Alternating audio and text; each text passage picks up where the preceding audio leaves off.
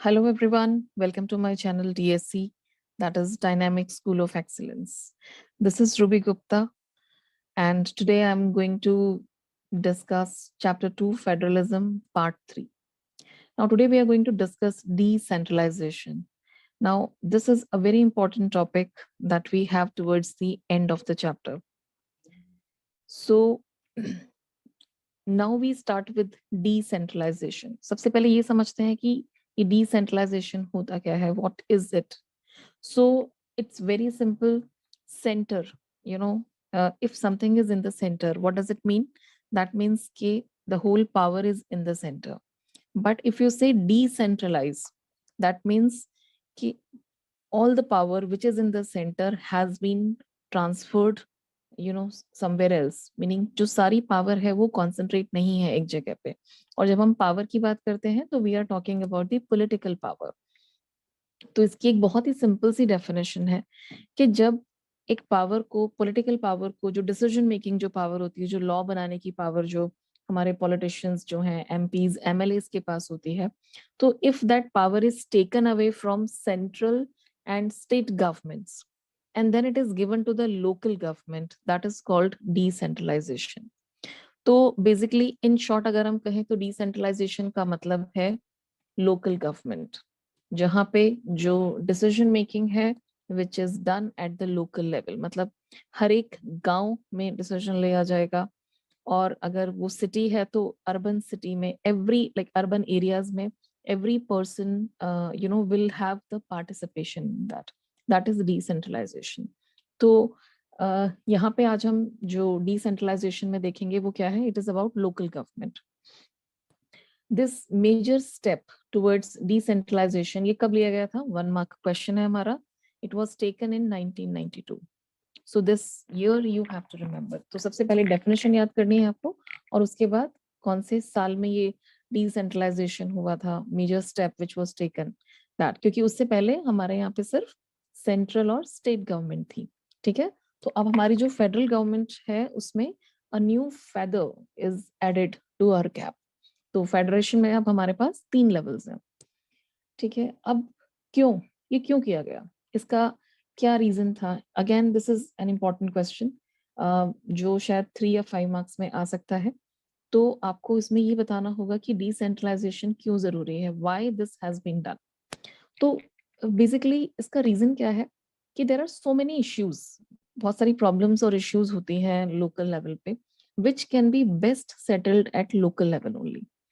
उसके लिए अगर सेंट्रल गवर्नमेंट या स्टेट गवर्नमेंट को डिसीजन ले रही है तो शायद वो बहुत इफेक्टिव ना हो. जैसे अगर हम एक गांव की बात करते हैं तो if there is a village and they have water issues, ठीक है, there is another village they have enough water but they have some agricultural issues.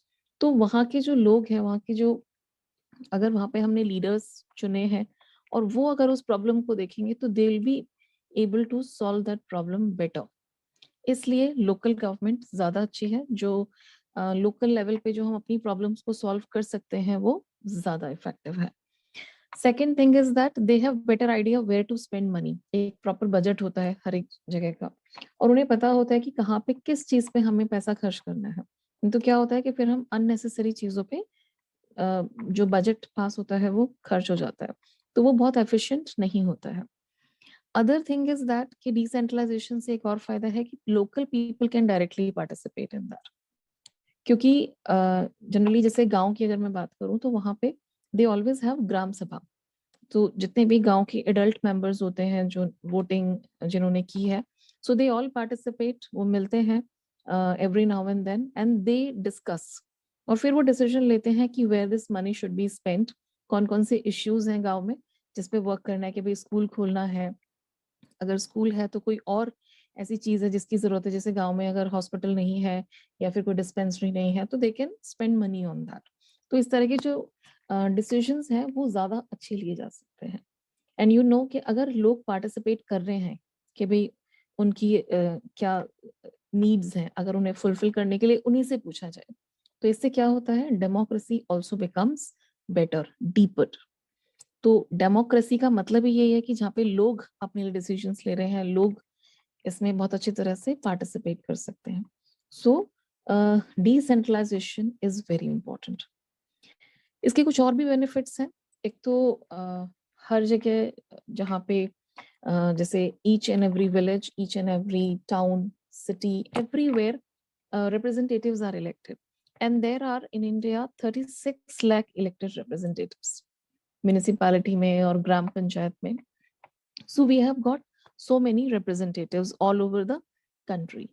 और इससे ये भी फायदा है कि people are getting more and more representation. तो इससे भी डेमोक्रेसी इंक्रीज होती है. मतलब इतने सारे लोगों को रिप्रेजेंटेटिव बनाया है and now they are making decisions. लोगों को भी वो उसमें पार्टिसिपेट करवा रहे हैं जो वो लॉज बना रहे हैं डिसीजन मेकिंग में. तो जो डिसेंट्रलाइजेशन है वो एक बहुत ही इंपॉर्टेंट पार्ट है हमारे फेडरलिज्म का. Second thing is that constitutional status for local government. It has helped to deepen democracy. जैसे अभी मैंने समझाया कि कैसे हमारी डेमोक्रेसी से डीप होती है क्योंकि लोग पार्टिसिपेट कर रहे हैं and so many representatives are there. तो अब जो एमपीज और एमएलएज हैं वो तो लिमिटेड है. जैसे हमारे जो एमपीज हैं वो 543 हैं, लेकिन यहाँ पे क्या है 36 lakh people have become representative. तो ज्यादा पार्टिसिपेशन हुआ लोगों का, इस तरह से डेमोक्रेसी बेटर होती है. दूसरा, वुमेन का पार्टिसिपेशन इंक्रीज हुआ है. क्यों? Because 33% seats are reserved for women in local government. So this way women are also coming up. They can also have the voice in our democracy. तो these are the advantages. लेकिन इसके कुछ negative aspects भी हैं.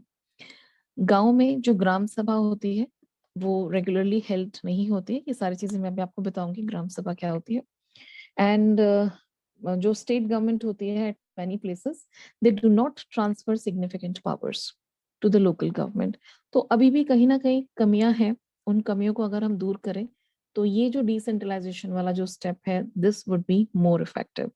तो state government कई बार होता है कि बहुत ज्यादा पावर शेयर नहीं करती है और जो उनके पास रिसोर्सेज होते हैं they are also not given to the local government. तो ये कुछ नेगेटिव एस्पेक्ट्स हैं, लेकिन पॉजिटिव एस्पेक्ट्स बहुत ज्यादा हैं compare to the negative one. Now we talk about the amendments. Amendments क्या होते हैं? अमेंडमेंट्स का मतलब है कि क्या क्या चेंजेस हुए हैं, क्या क्या सुधार हुए हैं, कैसे इसको और बेटर बनाया गया है. तो ये 5 पॉइंट्स हैं, आपको याद रखने हैं. 5 मार्क्स के क्वेश्चन में ये पूछते हैं कि what are the amendments which have been made in this third tier of democracy. Third tier में कंफ्यूज नहीं होना है. थर्ड टीयर का मतलब है एक तीसरा लेवल जो है लोकल गवर्नमेंट. तो इसमें क्या क्या चेंजेस हुए हैं? एक तो it is mandatory to hold regular elections. पहले क्या इतने लोकल इलेक्शंस प्रॉपर्ली नहीं होते थे, बट अब ये मैंडेटरी हो गया है कि every 5 years elections should be held. Other thing, seats are reserved for SC ST and OBC. मतलब शेड्यूल कास्ट, शेड्यूल ट्राइब जिसे ST, और OBC मतलब अदर बैकवर्ड क्लासेस. इनके लिए सीट्स रिजर्व रखी गई हैं. इससे क्या फायदा होता है? They also get representation. अगर SC ST के लिए सीट्स हैं तो ये लोग भी अपना एक रिप्रेजेंटेशन उसमें कंट्रीब्यूट कर सकते हैं. This is the benefit. As I told you 1/3 position जो है वो वुमेन के लिए रिजर्व्ड है. तो women have got reservation here. Second thing is that कि हमारा एक स्टेट इलेक्शन कमीशन भी क्रिएट किया गया है. तो ये क्या है कि they help in conducting the panchayat and municipal elections. जो लोकल लेवल के इलेक्शंस होते हैं उसके लिए ये state election commission has also been formed और क्रिएटेड.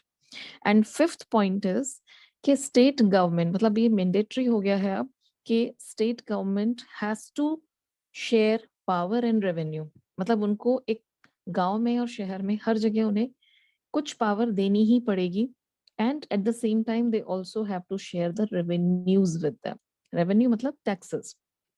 ताकि जब उनके पास पैसा आएगा, म्यूनिसिपैलिटी है या गांव में जो पंचायत है वो लोकल गवर्नमेंट है, तो when they have money they will have better working. क्योंकि पैसा आएगा तभी वो उसको खर्च कर सकते हैं for the development of their area और territory. So let's move on to the next topic now. अब हमें दो चीजें समझनी है यहाँ पे कि ये लोकल गवर्नमेंट जो हमने कहा, जिसे डिसेंट्रलाइजेशन भी कहा हमने, थर्ड टीयर भी कहा, they are one and the same thing. So do not get confused. अब कुछ बेसिक सी चीजें समझ लेते हैं कि जो गांव में जो सिस्टम होता है, जो पंचायत जो होती है, वो लोकल गवर्नमेंट है। अब इसमें क्या होता है, कुछ चीजें हैं जो याद रखनी है। सबसे पहले तो जो रूरल लोकल गवर्नमेंट है, दैट इज ग्राम पंचायत, पंचायती राज कहते हैं उसको। ये जो पंचायती राज है, it works under the supervision of gram sabha. Now आपको पता होना चाहिए कि ये ग्राम सभा क्या है। तो ग्राम सभा basically consists of all the voters of the village. जो गांव में जितने भी जो 18 प्लस लोग होते हैं, वो इसके मेंबर्स होते हैं ग्राम सभा के।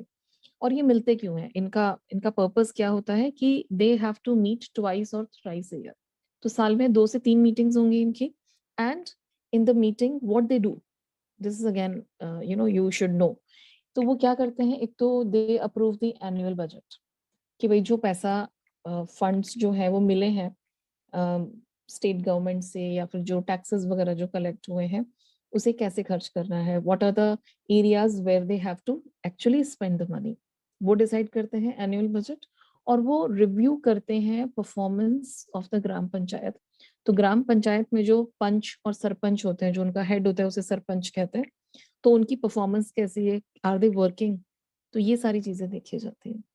सो I think you must have understood कि जो डेमोक्रेसी है वो यहाँ पे कितनी ज्यादा स्ट्रांग हो जाती है, because people are keeping an eye. हर एक गांव के जो मेंबर्स हैं, वो यहाँ पे ध्यान रख रहे हैं कि कितनी अच्छी तरह से काम हो रहा है, बजट जो पास हो रहा है वो किस लिए पास हो रहा है, everything is observed and even reviewed also. तो दिस इज ग्राम सभा। तो गांव में ये सिस्टम होता है।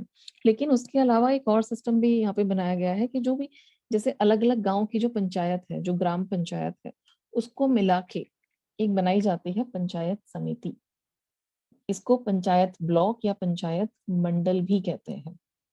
ठीक है, तो पंचायत समिति अगर एक क्वेश्चन आता है तो आपको क्या बताना है कि जो ग्रुप ऑफ ग्राम पंचायत है, जैसे 4-5 गांव के अगर हम ग्राम पंचायत को मिला दें तो वो बन जाती है पंचायत समिति। उसके बाद हम बात करते हैं कि अगर वो पंचायत समिति या पंचायत मंडल को अगर हम मिला देते हैं, जो वो ग्रुप है, दैट इज कॉल्ड जिला परिषद। तो ये लेवल्स हैं जो आपको याद रखने हैं। ठीक है, तो ये हो गया हमारा ग्राम पंचायत। ऊपर इस फोटो में देखेंगे हम ग्राम पंचायत मतलब गांव में। उसके बाद ग्राम पंचायत के ग्रुप को कहते हैं हम पंचायत समिति या पंचायत मंडल। और जब ये एक डिस्ट्रिक्ट लेवल पे जब ये पंचायत समिति का जो ग्रुप है, उसे हम कहते हैं जिला परिषद। तो ये कुछ बेसिक से पॉइंट्स हैं, 3-4 ये आपको याद रखने हैं। और ये जो जिला परिषद होती है, इसके जो मेंबर्स होते हैं वो कौन होते हैं, एमपीज, मेंबर्स ऑफ लोकसभा, जिन्हें हम एमपीज भी कहते हैं, मेंबर्स ऑफ पार्लियामेंट। एमएलएज होते हैं उस डिस्ट्रिक्ट के, और कुछ ऑफिशियल्स भी होते हैं। तो these are the members of Zila Parishad. Now this is what you have to remember. तो ये तो हो गया हमारा पंचायती राज सिस्टम, जिसमें पंचायत है, उसके बाद पंचायत मंडल है, और पंचायत मंडल का जो ग्रुप है उसे हम कहते हैं जिला परिषद। अब आते हैं म्यूनिसिपैलिटी। म्यूनिसिपैलिटी जो होती है वो शहरों में होती है। ये भी लोकल गवर्नमेंट है। यू ऑल नो, बहुत बार सुना होगा आप लोगों ने कि व्हाट इज म्यूनिसिपैलिटी। तो अर्बन एरियाज के लिए म्यूनिसिपैलिटी होती है। और जो बिग सिटीज हैं जैसे Delhi, Mumbai, Calcutta, so these cities have municipal corporation. तो जो बड़ी सिटी है वहां पे लोकल गवर्नमेंट को म्यूनिसिपल कॉर्पोरेशन कहते हैं। अब ये कैसे होता है इसमें कि जो भी एक पर्टिकुलर एरिया है उसको कॉन्स्टिट्यूएंसीज में डिवाइड कर देते हैं। जैसे पूरे इंडिया को हमने 543 कॉन्स्टिट्यूएंसीज में डिवाइड किया हुआ है। कॉन्स्टिट्यूएंसीज क्या होते हैं, द एरिया, कि भी जहाँ पे ये एक एरिया है, यहाँ पे आ, ये पर्सन रूल करेगा, इस तरह से। तो यहाँ पे जो है इस कॉन्स्टिट्यूएंसी को हम कहते हैं वार्ड, वार्ड मेंबर्स होते हैं। तो आपने देखा होगा कि बहुत बार इलेक्शंस होते हैं। तो यहाँ पे जो तो यहाँ पे जो हमें समझना है वो क्या है कि म्युनिसिपल कॉर्पोरेशन जिसके इलेक्शंस होते हैं, और ये अपने एरियाज को डिवाइड कर देते हैं। उस एरिया को हम कहते हैं वार्ड, वार्ड मेंबर्स होते हैं। और जहाँ से जो ये वार्ड मेंबर इलेक्ट होते हैं, उन्हें हम काउंसलर्स कहते हैं। तो हमारे पर्टिकुलर जो एरिया होता है वहाँ का एक पर्टिकुलर वार्ड होता है, उस वार्ड के ये जो भी वहां पर रिप्रेजेंटेटिव होगा उसे हम काउंसलर कहते हैं। तो इसके भी बिल्कुल ऐसे ही इलेक्शंस होते हैं जैसे लोकसभा के इलेक्शंस होते हैं जिसमें हम अपने पीएम को चूज करते हैं, या फिर जो विधानसभा के इलेक्शंस होते हैं जिसमें हम अपने सीएम को चूज करते हैं, चीफ मिनिस्टर को। तो ये थर्ड लेवल के इलेक्शंस भी हर जगह होते हैं, ठीक है। इसमें भी जो आपका जो एक टेन्योर होता है that is for 5 years। Okay, and एक और क्वेश्चन बहुत इंपॉर्टेंट है कि म्युनिसिपल जो चेयरपर्सन है वो पॉलिटिकल हेड होता है म्युनिसिपैलिटी का, ठीक है। जैसे पूरे स्टेट का जो हेड होता है वो होता है चीफ मिनिस्टर, तो और उसके अंडर होते हैं एमएलएज। उसी तरह से यहाँ पे म्युनिसिपल चेयरपर्सन हेड होता है और उसके अंडर ये सारे काउंसलर्स होते हैं जो अपने अपने एरिया, जो वार्ड उन्हें मिला हुआ होता है, उस वार्ड का मतलब है यहाँ पे एरिया, कॉन्स्टिट्यूएंसी, उसके हेड होते हैं, उसके रिप्रेजेंटेटिव होते हैं। और जो म्युनिसिपल कॉरपोरेशन जैसे बड़े शहरों में जो होते हैं वहां पे उसके हेड को मेयर कहते हैं। तो आपको पता होना चाहिए कि मेयर कौन है। Mayor is actually the head और द चीफ ऑफिसर और हेड ऑफ म्युनिसिपल कॉरपोरेशन। तो म्युनिसिपैलिटी, म्युनिसिपल कॉरपोरेशन, ठीक है, 5 years के लिए होते हैं। और ये एडल्ट फ्रेंचाइज का मतलब है कि इनको भी जो 18+ जो है वही वोटिंग करते हैं इनके लिए, और इस तरह से ये इलेक्ट होते हैं और काम करते हैं। अब ये करते क्या है, दैट्स वेरी इंपॉर्टेंट। इनके फंक्शंस क्या होते हैं। कई बार हमें कुछ चीजें कुछ तो पता होती हैं बट कुछ नहीं भी पता होती। तो बुक में तो ये सब चीजें नहीं दी हुई है, थोड़ा सा इसको डिटेल में समझते हैं। इनके बहुत सारे काम हैं, जैसे construction of buildings, buildings banana, water supply, जो डोमेस्टिक जो हमारे घरों में पानी आता है, पब्लिक हेल्थ को भी देखते हैं, ये सैनिटेशन, जैसे कहाँ पे सीवेज की पाइप्स वगैरह डालनी है वो सारी चीजें ये देखते हैं। सॉलिड वेस्ट मैनेजमेंट, ठीक है, जो हमारे यहाँ पे गार्बेज डिस्पोजल के लिए जो भेजते हैं गाड़ी वगैरह, वो they take care of that. Fire service is also under that municipality. फिर जो फॉरेस्ट्री है, प्रोटेक्शन ऑफ एनवायरमेंट, ये सारी चीजें ये सब देखते हैं। उसी तरह से कुछ और बेसिक चीजें जैसे मैं आपको बताऊं तो बेरियल ग्राउंड्स जो होते हैं जहाँ पे अग्नि संस्कार किया जाता है, डेड बॉडीज को क्रिमेट किया जाता है। तो जो क्रेमेटोरियम्स होते हैं, इवन इलेक्ट्रिक क्रेमेटोरियम्स भी होते हैं, so they take care of all that. तो ये सब आते हैं म्युनिसिपैलिटी के अंडर। फिर कई बार आपने देखा होगा कि कुछ कोई कैटल है, वो उन्हें भी आपने सुना होगा कि म्युनिसिपैलिटी की गाड़ी लेके जा रही है, या फिर some animals that are badly injured, तो we can call at the municipal corporation या municipality, और वो फिर उनको हेल्प करते हैं। तो ये बहुत सारे रोल्स हैं म्युनिसिपैलिटी के जो हमें पता होने चाहिए। Even street lights, parking lots, बहुत जगह पार्किंग के लिए हमें पैसे देने पड़ते हैं, ओपन एरिया होता है but still we have to pay. तो ये सब जो फंक्शंस हैं ये म्युनिसिपैलिटी के हैं। or even slaughterhouses. Slaughterhouses where the animals are cut, जहाँ पे कत्ल खाने जो होते हैं, जैसे जहाँ पे बहुत सारे जो जैसे गोट है, और इन सब एनिमल्स को स्लॉटर किया जाता है, कट किया जाता है। So all these things are taken care of by municipality. तो ये इनकी फंक्शंस हैं। अब इनके पास पैसा कहाँ से आता है? अगर आपको ये सारी चीजें रन करनी है, लोगों को पानी देना है, स्ट्रीट लाइट्स करनी है, इन सब के लिए आपको बहुत सारे लोगों को अपॉइंट करना पड़ता है। They have to give jobs to these people, and उसके लिए पैसा चाहिए। तो ये पैसा कहाँ से आता है? तो कुछ बेसिक चीजें आपको बताती हूँ। जैसे हम जो वाटर बिल देते हैं, that money goes to local government. Property tax, ये भी हमारी म्युनिसिपैलिटी को मिलता है। जो रेंट है, म्युनिसिपल कॉरपोरेशन ओन्ड मार्केट्स, तो जहाँ पे कुछ मार्केट्स हैं, कुछ हाउसेस हैं, जो इन सब का जो रेंट होता है ये म्युनिसिपल कॉरपोरेशन को जाता है। इवन जो हम कमर्शियल व्हीकल्स जब हम रजिस्टर कराते हैं तो एक स्पेशल फी होती है that we give to this municipal corporation. And उसके अलावा इनको कुछ ग्रांट्स मिलती हैं, कुछ पैसे मिलते हैं फ्रॉम स्टेट गवर्नमेंट। तो स्टेट गवर्नमेंट भी हर एक जगह, हर एक स्टेट भी कुछ इनके साथ पैसे शेयर करती है। So this is the basic information. ये आपकी जनरल नॉलेज के लिए मैंने कुछ चीजें इसमें ऐड की हैं, so that you get a very clear view about it. So you should know that. Fine, so here our video ends with the quiz time. तो ये कुछ क्वेश्चंस हैं जिनके आंसर्स आपको देने हैं. One is when this decentralization done in India. Any two functions of municipality. क्या करती है municipality? बहुत सारे functions देखें, आपको कोई भी दो बताने हैं. और इनकी major source of income क्या है, कहाँ से इनके पास पैसा आता है? Who is mayor? This you have to answer. And what is the role of ग्राम सभा? ग्राम सभा क्या करती है? तो ग्राम सभा आपको ऑलरेडी पता है, जितने भी एडल्ट मेंबर्स होते हैं किसी भी गांव के, वो ग्राम सभा है. क्या करते हैं ये, वो आपको बताना है in the comment box. So thank you for watching my video. Video को जितना हो सके लाइक और शेयर कीजिए and subscribe my channel to get more videos on various subjects and spoken English. Till then, okay, so bye everyone. See you soon in the next video.